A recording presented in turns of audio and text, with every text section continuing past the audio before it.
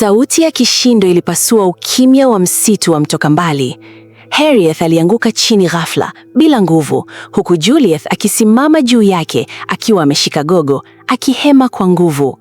Bila kupoteza muda, alianza kumvuta kuelekea shimoni kwa haraka. Hapo ndipo kila kitu kilianza kubadilika. Katika kijiji kinachoitwa Mtoka Mbali, kilichokuwa kimezungukwa na mashamba ya kijani na miti mirefu iliyotoa kivuli kizuri, waliishi mapacha wawili waliokuwa wakivutia macho ya kila mtu. Majina yao yalikuwa Juliet na Harriet.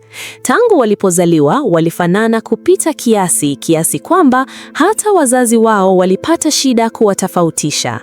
Watu wa kijiji walikuwa wakisema kuwa ni kama kivuli na mwili wake. Hakukuwa na tofauti ya wazi kati yao kwa macho ya kawaida.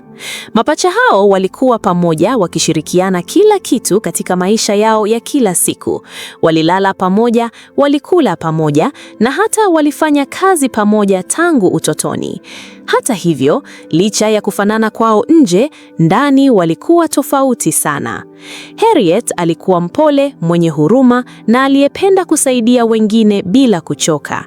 Juliet kwa upande wake alianza kuonyesha dalili za kujilinganisha na mdogo wake kadri walivyokuwa wakikua. Kila siku asubuhi mapema walikuwa wakiamka na kujiandaa kwenda mjini kuuza bidhaa zao. Walibeba vikapu vilivyojaa matunda na vitu vingine vya kijijini. Safari yao ilikuwa ndefu, lakini walikuwa wameizoea tangu walipokuwa wadogo. Waliongea njiani kwa furaha, wakicheka na kushirikiana mawazo yao. Lakini ndani ya moyo wa Juliet kulikuwa na ukimya uliojaa maswali. Walipofika sokoni, hali ilianza kubadilika kwa namna isiyoonekana kwa wengine. Wateja wengi walivutiwa na Harriet kwa sababu ya tabasamu lake na maneno yake ya upole. Alikuwa akizungumza kwa heshima na kuwajali wateja wake kwa dhati. Watu walimpinda sana na walimchagua mara nyingi kuliko dada yake. Hali hii ilianza kuonekana wazi kwa Juliet.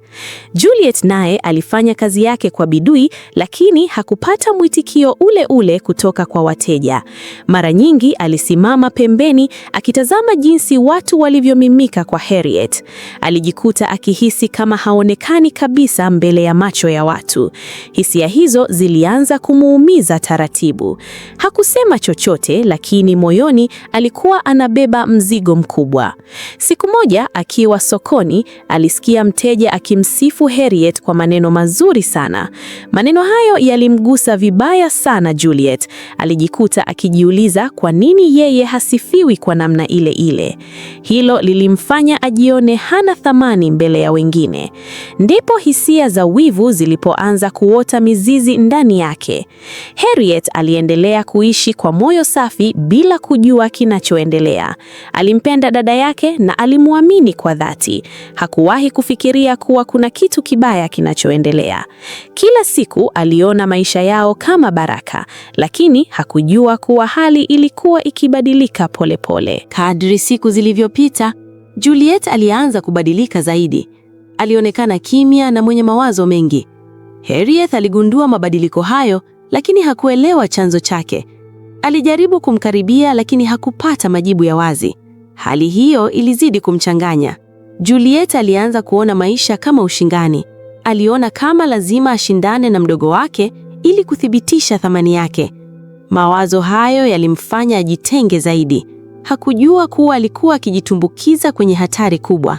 Ndani yake kulikuwa na mapambano yasiyoonekana. Alijikuta akitamani kuwa yeye ndiye anayependwa zaidi. Alitamani kubadilisha hali ya mambo kwa namna yoyote ile. Mawazo hayo yalizidi kumzunguka kichwani kila siku. Hakupata utulivu wa moyo tena. Kila kitu kilionekana kumkera. Harriet aliendelea kuwa vile vile mwenye furaha na matumaini. Aliona kila siku kama nafasi mpya ya kufanya vizuri zaidi. Alipenda kusaidia watu na kuwafanya wajisikie vizuri. Hakujua kuwa hali hiyo ilikuwa chanzo cha maumivu kwa dada yake. Hilo lilifanya tofauti yao iwe kubwa zaidi. Juliet alianza kujiona kama kivuli cha mdogo yake. Alijiona kama hana nafasi ya kuonekana. Hilo lilimfanya azidi kujifumbia ndani ya nafsi yake. Hakutaka kushiriki hisia zake na mtu yoyote. Alibeba kila kitu peke yake. Katika kijiji cha Mtoka Mbali, Hakuna aliyeshuku chochote kibaya. Watu waliwaona mapacha hao kama mfano wa umoja. Walidhani wanaishi kwa amani na furaha, lakini ukweli ulikuwa tofauti kabisa. Ndani ya familia hiyo kulikuwa na mvutano wa kimya. Usiku mmoja, Juliet alikaa peke yake nje ya nyumba akitazama nyota. Alianza kujiuliza maswali mengi kuhusu maisha yake. Alitaka kujua kwa nini mambo hayakuwa sawa kwake.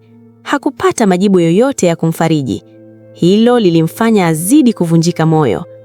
Mawazo yake yalizidi kuwa mazito kila siku. Alianza kuhisi kuwa lazima afanye kitu kubadilisha hali hiyo. Hakujua bado nini, lakini alihisi kuwa haitakuwa rahisi. Ndani yake kulikuwa na nguvu inayomsukuma. Nguvu hiyo haikuwa ya kawaida. Harriet aliendelea kuamini kuwa kila kitu kiko sawa. Hakujua kuwa dada yake alikuwa akipitia mabadiliko makubwa. Alijaribu kumfurahisha, lakini haikusaidia sana. Hali hiyo ilimfanya azidi kumjali zaidi, lakini hakujua kuwa tayari mambo yalikuwa yameanza kuharibika. Juliet alifikia hatua ya kuona kuwa maisha hayakuwa ya haki. Aliona kama yeye anastahili zaidi ya alichokuwa nacho. Mawazo hayo yalikuwa hatari sana. Yalikuwa mwanzo wa jambo kubwa, jambo ambalo lingeathiri kila mtu. Hapo ndipo hadithi yao ilipoanza kubadilika. Kilichoanza kama tofauti ndogo kiligeuka kuwa jambo kubwa. Wivu ulianza kuchukua nafasi ya upendo, na bila wao kujua, tukio moja lingebadilisha maisha yao milele. Katika siku nyingine yenye pilika nyingi sokoni mwa kijiji cha Mtoka Mbali, upepo mwanana ulivuma ukichanganya harufu ya matunda mabichi na vumbi la njia. Harriet alikuwa mbele ya kibanda chao, akiwakaribisha wateja kwa tabasamu la kawaida lililovutia wengi. Pembeni yake, Juliet alisimama akipanga bidhaa, macho yake akichunguza kila mteja anayesogea. Hakukuwa na tukio la ajabu kwa nje, lakini ndani ya mioyo yao upepo wa mabadiliko ulikuwa unaanza kuvuma. Siku hiyo ilikuwa mwanzo wa kitu kipya kisichoeleweka. Wakati huo, kijana mmoja aliingia sokoni kwa mwendo wa utulivu, akionekana kuwa tofauti na waliokuwa wakipita hapo. Jina lake lilikuwa Clemens, na alibeba haiba ya mtu aliyezoea maisha ya ustaarabu. Macho yake yalipokutana na ya Harriet, alisimama kidogo kana kwamba kuna kitu kimemvutia bila kujua. Hakusema mengi, lakini uwepo wake ulivuta hisia za kimya. Watu wachache waliokuwa karibu walitambua tofauti yake. Mazungumzo yao ya kwanza yalikuwa mepesi, yakianza kwa salamu na shukrani za kawaida. Clemens alimwambia Harriet kuwa huduma yake ilikuwa ya kipekee, akiongea kwa sauti ya heshima. Harriet alimjibu kwa upole, akimtazama kwa aibu kidogo, lakini kwa uaminifu. Hakukuwa na maneno makubwa, lakini kulikuwa na hisia zinazochipuka taratibu. Ni kama mbegu iliyopandwa ardhini bila mtu yoyote kuiona. Baada ya siku hiyo, Clemens alianza kuja sokoni mara kwa mara bila kukosa. Wakati mwingine alinunua kidogo tu, lakini alikaa muda mrefu kuzungumza na Harriet. Watu walianza kujiuliza sababu ya ujio wake wa mara kwa mara. Wengine walicheka kimoyomoyo, wakisema tayari kuna kitu kinaendelea. Maneno hayo yalienea polepole kama upepo. Juliet alianza kuona mabadiliko hayo kwa macho ya karibu zaidi. Aliona jinsi Harriet alivyokuwa akitabasamu tofauti alipoongea na Clemens. Aliona jinsi Clemens alivyokuwa akimsikiliza kwa makini na kumheshimu. Kila tukio hilo lilikuwa kama mshale unaomchoma moyoni. Hakusema kitu, lakini ndani alikuwa anawaka. Jioni ilipofika na waliporudi nyumbani, Harriet alikuwa na furaha isiyoelezeka. Alimweleza dada yake kuhusu mteja mpya aliyekuwa akimtembelea mara kwa mara. Alisema maneno hayo kwa uaminifu bila kujua yanaathiri vipi. Juliet alisikiliza kimya, akijilazimisha kutabasamu. Ndani yake kulikuwa na dhoruba ya mawazo. Usiku huo, Juliet hakulala mapema kama kawaida. Alikaa kitandani akitazama juu, akiwaza kila tukio la siku hiyo. Alianza kujiuliza, je, kweli huyu kijana anampenda Harriet? Mawazo hayo yalimpeleka mbali zaidi. Alianza kuona picha ya maisha ambayo mdogo wake angepata. Alijiambia polepole, kama Clemens atamuoa Harriet, basi maisha yake yatabadilika kabisa. Aliona nyumba nzuri, maisha ya raha na heshima kubwa kijijini. Hapo ndipo moyo wake ulianza kubadilika kabisa. Wivu ukaanza kuwa na sura mpya, tamaa ya kile ambacho hakuwa nacho. Kadri siku zilivyoendelea, ukaribu kati ya Clemens na Harriet ulizidi kuwa wazi. Walianza kuzungumza kwa uhuru zaidi, wakicheka na kushirikiana mawazo. Watu wengi waliona kama ni jambo la kawaida, lakini kwa Juliet haikuwa kawaida. Ilikuwa kama anaona maisha yake yakichukuliwa mbele ya macho yake. Juliet alianza kujitenga zaidi na mdogo wake. Alijifanya yuko bize ili kuepuka kushuhudia mazungumzo yao. Lakini kila alipojaribu kuepuka, bado alijikuta anafuatilia kwa macho. Hali hiyo ilimchosha kiakili. Alianza kupoteza utulivu wa ndani. Wakati mwingine, alijaribu kujituliza kwa kujisemea kuwa labda ni hisia za muda mfupi. Lakini kila siku iliyopita ilionyesha kuwa jambo hilo linakuwa kubwa zaidi. Clemens hakuacha kuja na Harriet hakubadilika katika upole wake. Hilo lilifanya hali kuwa ngumu zaidi kwa Juliet. Hakukuwa na dalili ya kuisha. Ndani ya moyo wake, Juliet alianza kujiona kama mtu anayepoteza nafasi muhimu. Alijiona kama anabaki nyuma wakati mdogo wake anaendelea mbele. Hilo lilimfanya ajiulize kama anaweza kubadilisha hali hiyo. Mawazo hayo yalikuwa ya hatari, yalikuwa mwanzo wa uamuzi mgumu. Alianza kupanga mawazo yake kimya kimya bila kumwambia mtu yoyote. Alijiuliza ni nini anaweza kufanya ili kubadilisha mwelekeo wa mambo. Hakutaka kubaki pembeni akiangalia tu. Ndani yake kulikuwa na sauti inayomsukuma kuchukua hatua. Sauti hiyo ilizidi kuwa kubwa. Harriet kwa upande wake aliendelea kuishi bila mashaka. Hakujua kabisa kinachoendelea ndani ya moyo wa dada yake. Alimwamini na kumpenda kama kawaida. Aliona kila kitu kama baraka inayokuja maishani mwake. Hakujua kuwa baraka hiyo ilikuwa ikileta maumivu kwa mwingine. Siku moja, Clemens alikaa muda mrefu zaidi kuliko kawaida. Aliongea na Harriet kwa utulivu, akionyesha wazi kuwa anathamini uwepo wake. Watu wachache waliona na kutabasamu, wakiona kama ni mwanzo wa kitu kizuri. Lakini kwa Juliet, hilo lilikuwa jambo la kuumiza zaidi. Aligeuka pembeni ili kuficha hisia zake. Jioni hiyo, Juliet alikaa peke yake nje ya nyumba yao. Aliwaza kwa kina zaidi kuliko siku zote. Alijaribu kuona njia ya kubadilisha maisha yake. Hakutaka tena kuwa kivili. Ndipo mawazo yake yakaanza kuchukua sura ya mpango. Alihisi kuwa muda ulikuwa unaenda haraka na hakuwa na nafasi ya kusubiri. Alijiona kama yuko kwenye mbio ambazo hawezi kushinda bila kufanya kitu kikubwa. Mawazo hayo yalizidi kumjaza presha. Hakuona njia rahisi ya kutoka katika hali hiyo. Kadri alivyofikiria zaidi, ndivyo alivyohisi kuwa lazima achukue hatua. Hatua ambayo ingempa nafasi ya kubadilisha hatima yake. Hakujali tena kama hatua hiyo ni sahihi au la. Kilichokuwa muhimu kwake ni matokeo. Hapo ndipo moyo wake ulianza kuwa mgumu. Ndipo mwisho wa siku hiyo ulipofika, lakini mwanzo wa mpango ulikuwa umeanza ndani yake. Hakukuwa na mtu aliyegundua kinachoendelea. Kijiji cha Mtoka Mbali kiliendelea na maisha yake ya kawaida. Lakini ndani ya moyo wa Juliet, hadithi ilikuwa imebadilika kabisa.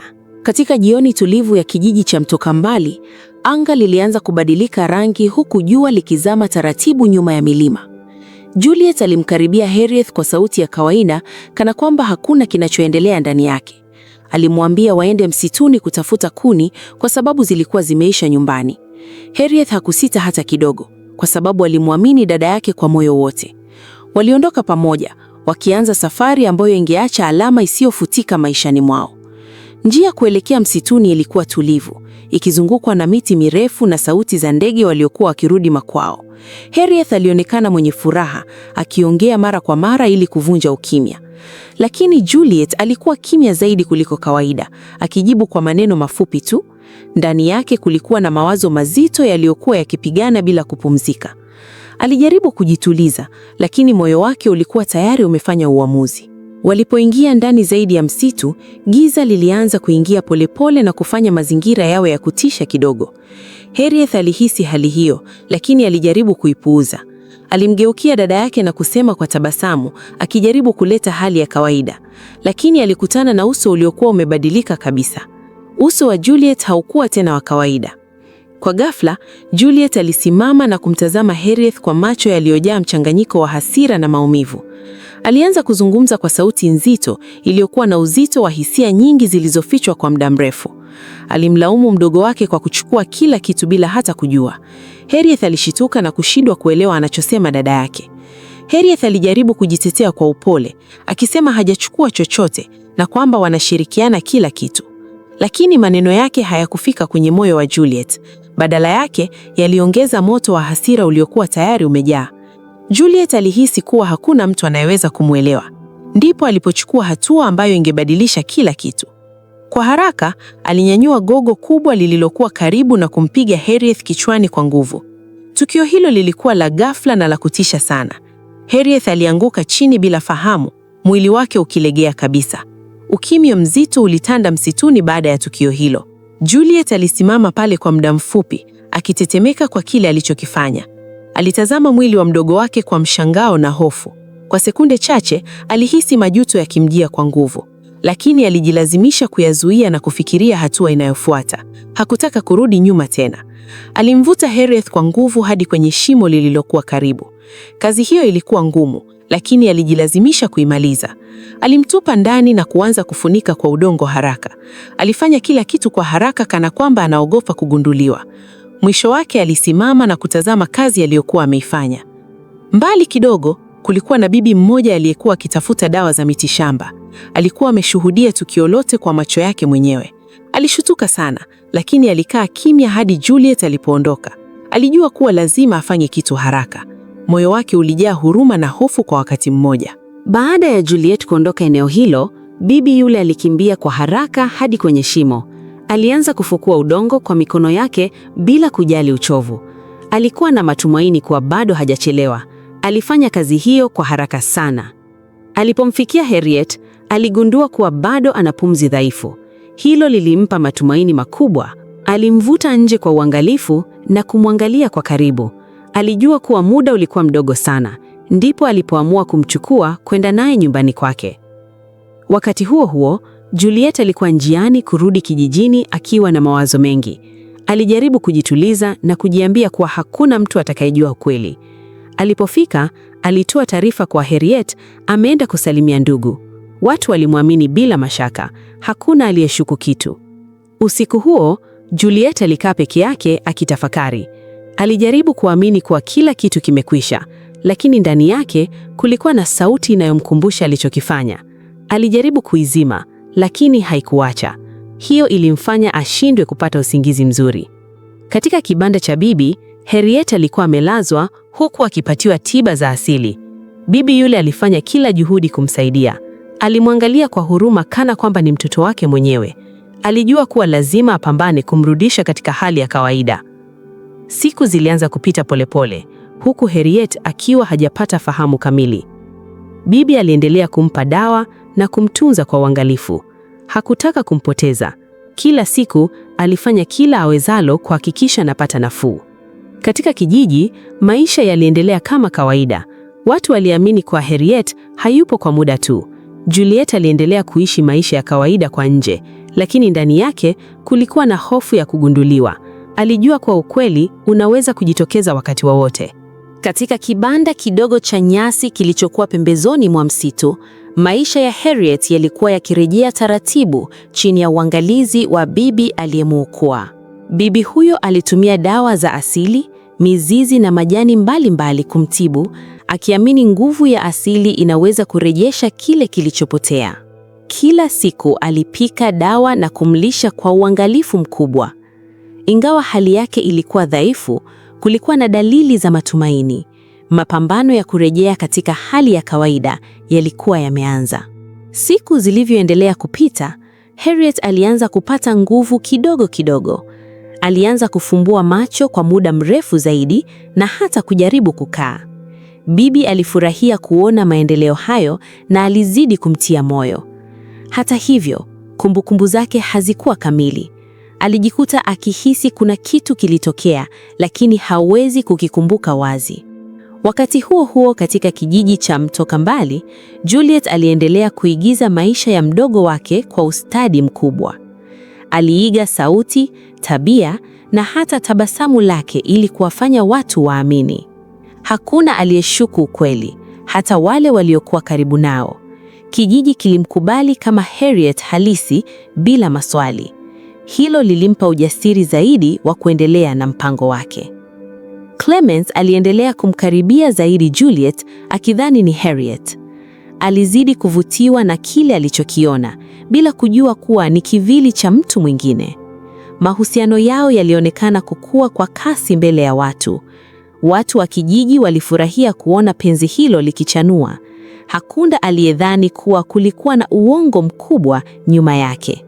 Siku moja, Harriet alipata ndoto kali sana usiku akiwa amelala kwenye kibanda cha bibi. Aliota tukio la msituni likirudi kichwani mwake kwa uwazi. Ndoto hiyo ilimshtuka kwa nguvu na kupumua kwa haraka. Alitaja jina la Juliet kwa hofu kubwa. Hapo ndipo kumbukumbu zilianza kurudi kwa nguvu zaidi. Alianza kukumbuka kila kitu: safari ya msitu, mazungumzo na pigo lile la rafla. Alitetemeka kwa hofu na maumivu ya usaliti. Alimwambia bibi kila kitu kilichotokea. Bibi alimsikiliza kwa makini, huku akionyesha huzuni na hasira. Alijua kuwa ukweli huo haupaswi kubaki umefichwa. Baada ya siku chache, Harriet alipata nguvu za kutosha kuweza kutembea. Bibi aliamua kuwa wakati umefika kwa kurudi kijijini. Walijipanga kwa safari hiyo kwa makini. Walijua kuwa walikuwa wanakwenda kukutana na ukweli mgumu, lakini hawakuwa na chaguo lingine. Walipoanza safari ya kuelekea Mto Kambali, Harriet alikuwa na mchanganyiko wa hisia: hofu, hasira na ujasiri. Alijua kuwa anapaswa kukabiliana na dada yake. Bibi alimpa moyo na kumkumbusha kuwa ukweli una nguvu. Walitembea kwa muda mrefu hadi kufika karibu na kijiji. Ndipo alipoona maandalizi ya sherehe kubwa.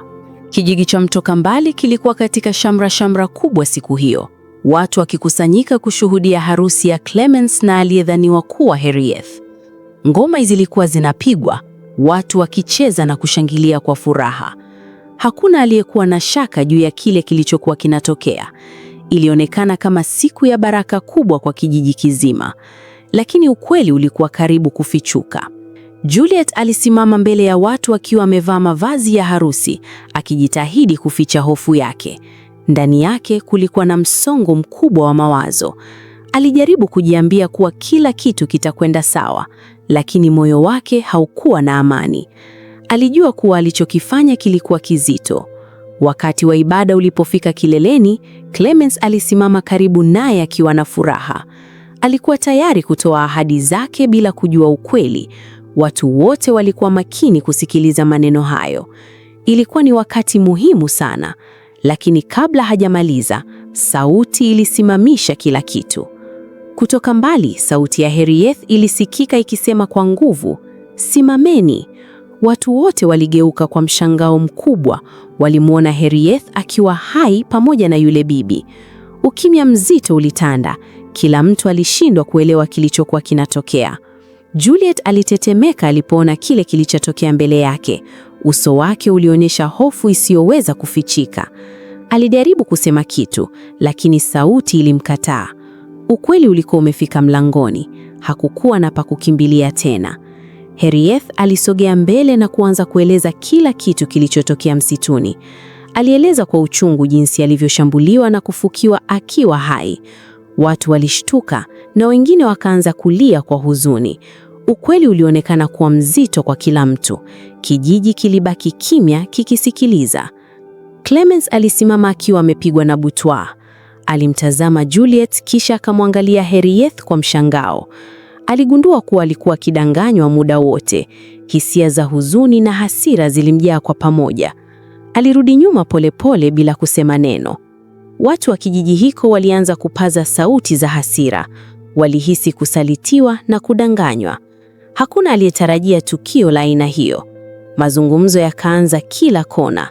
Hali iligeuka kuwa ya taharuki. Hatimaye mdambo wa kijiji waliitwa haraka. Walifika eneo la tukio na kuchukua hatua mara moja. Walimkamata Juliet mbele ya watu wote.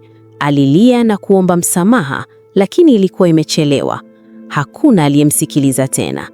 Alifungwa mikono na kupelekwa kituoni, huku watu wakimtazama kwa mshangao na huzuni. Henrietta alisimama pembeni akitazama kwa macho yaliyojaa machozi. Hakuamini kuwa dada yake angefikia hatua hiyo. Ilikuwa ni siku ya ukweli na haki, lakini pia ilikuwa ni siku ya maumivu makubwa. Clemence alimsogelea Henrietta taratibu na kumwangalia kwa macho ya huruma. Alielewa sasa kila kitu kilichotokea. Alijuta kwa kutogundua mapema, lakini bado aliheshimu ukweli uliokuwa umejitokeza. Mahusiano yao ulikuwa umeingia kwenye mtihani mpya. Watu wa kijiji hiko walijifunza kuwa si kila mtu ana upendo wa kweli kutoka ndani. Hata aliye ndugu anaweza kukufanyia ubaya bila kutegemea. Ukweli unaweza kufichwa kwa muda, lakini hujitokeza hatimaye. Hadithi ya mapacha hao ilibaki kuwa funzo kwa wengi, na maisha yao hayakuwahi kuwa yale yale. Tuambie unaangalia kutokea wapi hadithi hii na umejifunza nini? Usisahau kulike, comment, subscribe na kushare na wengine wapate kuburudika na kujifunza pia. Video nzuri kama hizi zipo kwenye chaneli hii. Karibu.